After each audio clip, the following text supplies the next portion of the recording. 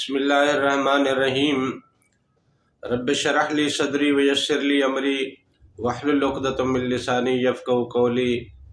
السلام علیکم دوستو، میں ہوں ایک عام سا مسلمان فقیر معصوم وارثی۔ دوستو،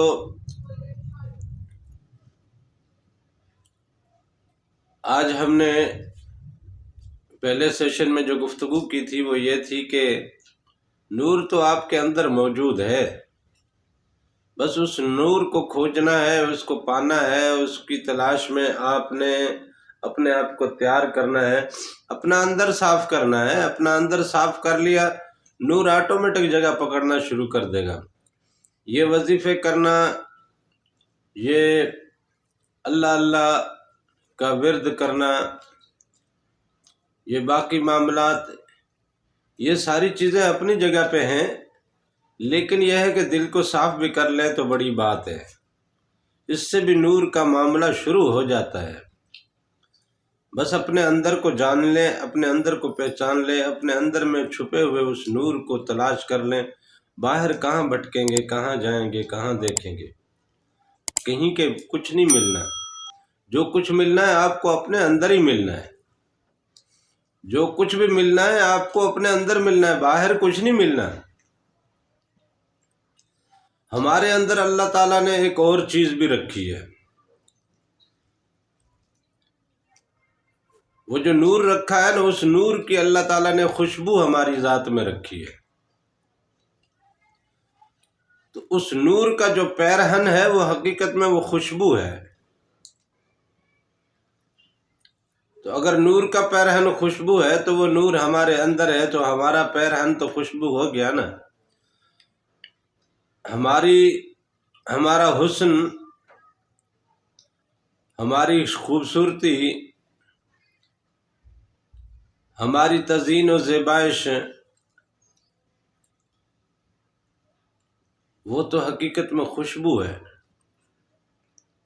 خوشبو للہیت کی ہے کہ اپنے آپ کو اللہ کے لیے مخصوص کر دیں، مختص کر دیں، مخلص کر دیں، کہ کسی چیز کی چاہت نہ ہو، جنتوں کی، دوزخوں کا ڈر نہ ہو، جنتوں کی طلب نہ ہو۔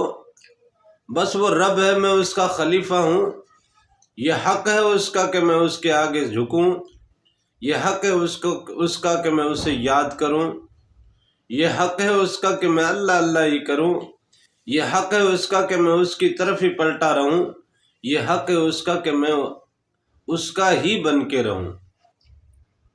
وہی مالک ہے، وہی خالص ہے۔ پھر اس کے بعد خوبصورتی کا جو اگلا خوشبو کا جو اگلا مرحلہ ہے وہ ہے ہمارے اخلاق۔ حضور نبی کریم صلی اللہ علیہ وسلم نے فرمایا کہ مجھے مکارم الاخلاق کے لیے بھیجا گیا ہے۔ اخلاق کو تکمیل تک پہنچانا ہے، اخلاق کو ایک مثال بنا کے پیش کرنا ہے۔ حضور نبی کریم صلی اللہ علیہ وسلم کی آپ احادیث کھول کے دیکھیں، سیاہ ستہ کی کسی بھی کتاب میں آپ کو حضور کریم صلی اللہ علیہ وسلم نے یہ نہیں فرمایا کہ میں نماز پڑھانے کے لیے بھیجا گیا ہوں۔ حضور پاک نے یہ نہیں فرمایا کہ میں روزے رکھانے کے لیے بھیجا گیا ہوں۔ حضور پاک نے یہ بھی نہیں فرمایا کہ میں حج کرانے کے لیے بھیجا گیا ہوں۔ حضور نبی کریم صلی اللہ علیہ وسلم نے یہ بھی نہیں کہا کہ میں آپ کو رب کی بندگی کرانے کے لیے، یہ بھی نہیں فرمایا۔ فرمایا یہ کہ مجھے بھیجا گیا ہے کہ میں اخلاق کو پایا تکمیل تک پہنچاؤں۔ بہترین اخلاق کا نمونہ بن کے حضور نبی کریم صلی اللہ علیہ وسلم ہمارے سامنے ہیں۔ سخت سے سخت حالات میں بھی حضور نبی کریم صلی اللہ علیہ وسلم کا کردار ہمارے سامنے ہے۔ مشکل سے مشکل ترین حالات میں بھی حضور نبی کریم صلی اللہ علیہ وسلم کی سیرت ہمارے سامنے ہے۔ دشمنوں کی ہر طرح کی دشمنی کے باوجود بھی حضور نبی کریم صلی اللہ علیہ وسلم ہمارے لیے آئینہ ہے۔ کبھی اخلاق سے پیچھے نہیں ہٹے، اخلاقی رواداری کو کبھی اپنے ہاتھ سے نہیں چھوڑا، اخلاقیات کا دامن حضور نبی کریم صلی اللہ علیہ وسلم نے کبھی نہیں چھوڑا۔ آج اگر ہم حضور نبی کریم صلی اللہ علیہ وسلم کے امتی ہیں، یا ہم اس ریاست مدینہ کا عشق رکھتے ہیں، یا اگر ہم اس مدینے والی سرکار کا عشق رکھتے ہیں، تو ہمارے اخلاق بہترین ہونے چاہیے۔ اخلاق دنیا کی سب سے طاقتور ترین چیز ہے۔ اخلاق سے زیادہ طاقت کسی چیز کی نہیں ہے۔ اخلاق کی طاقت ایک ایسی طاقت ہے، عارفہ صدیقی آپ کے سامنے آج کی ایک کمزور سی خاتون ہے، مشرف کے دور میں اسے امریکیوں کے حوالے کیا گیا، وہ آج تک امریکیوں کی قید میں ہے، لیکن اس کے اخلاق کا معیار ایسا ہے کہ آج وہاں کے جیل کے باشندے اس کے سامنے آتے ہوئے یا اس سے بات کرتے ہوئے ذرا احتیاط بھی برتتے ہیں اور لرزتے بھی ہیں۔ وہ اخلاق کی ایک ایسی مثال بن کے ان کے سامنے آئی، مستقل مزاجی، استقامت، تحمل، برداشت، ایک ایسا نمونہ بن کے سامنے آئی کہ آج رہتی دنیا تک کے لیے وہ عارفہ صدیقی مثال بن کے رہ گئی ہے۔ عارفہ صدیقی جیسی برداشت آج ہے کسی میں؟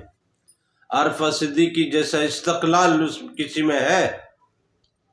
استقامت کسی میں ہے؟ پچھلے دنوں اس کی بہن گئی تھی نا ملنے،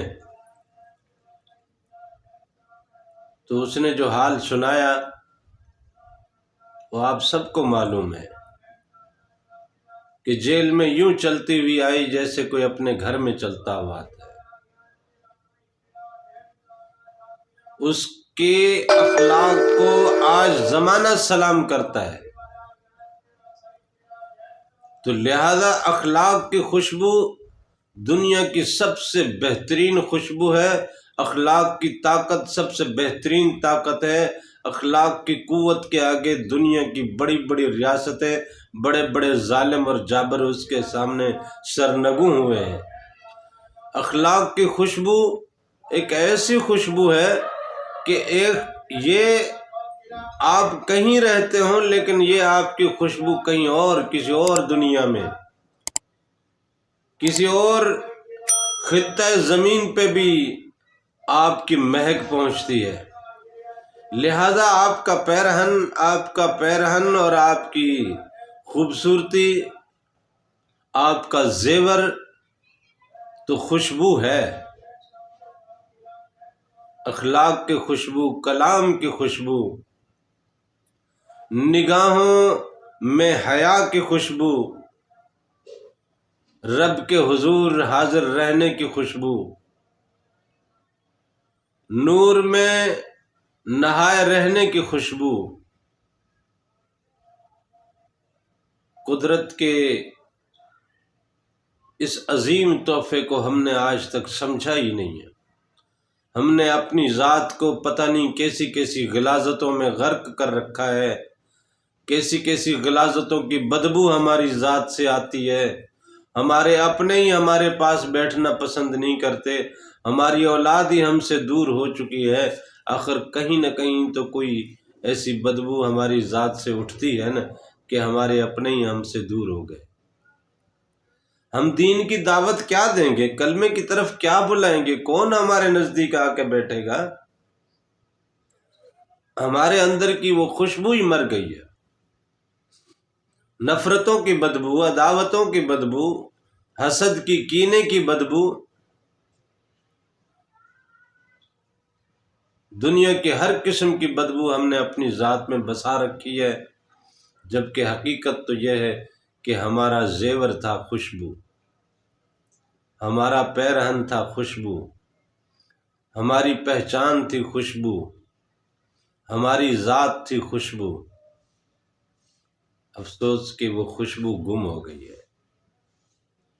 لہذا